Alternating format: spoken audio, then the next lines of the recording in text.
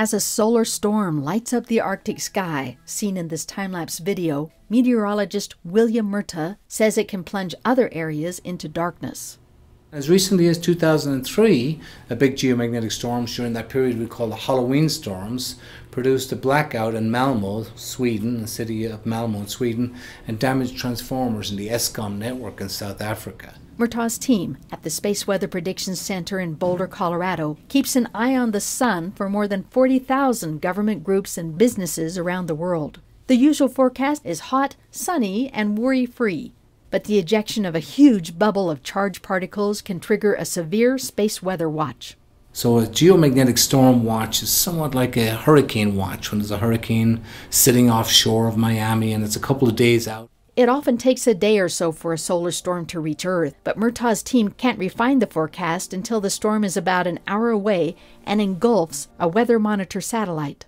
So we can give all the folks that we gave a heads up to a day or two earlier, we can say, okay, it's worse than we expected, it is as expected, or maybe it's a bit of a dud and it's not going to be the impact we thought it might have here on Earth. So far, blackouts from solar storms have lasted no more than a day or so, but many scientists worry about a superstorm. The last one happened in 1859, before GPS satellites, global electric grids, and the internet. I mean, what does that translate to in our critical infrastructure, especially the power grid? That's what we're trying to understand now. At the Idaho National Laboratory, Scott McBride tries to answer those questions and find ways to protect the grid.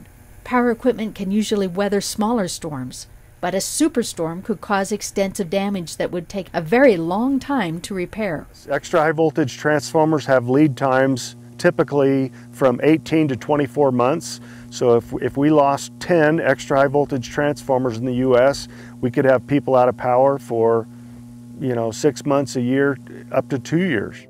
Building backup transformers and better grounding systems could lessen the impact. And McBride says there is another option. Turning the power grid off would certainly protect it from a geomagnetic disturbance, but the socio-economic impacts of de-energizing the power grid are so huge, it would be very difficult for somebody to actually make that decision. A White House task force on solar storms is studying ways to help a world dependent on electricity better weather a superstorm. For VOA News, I'm Shelley Schlender.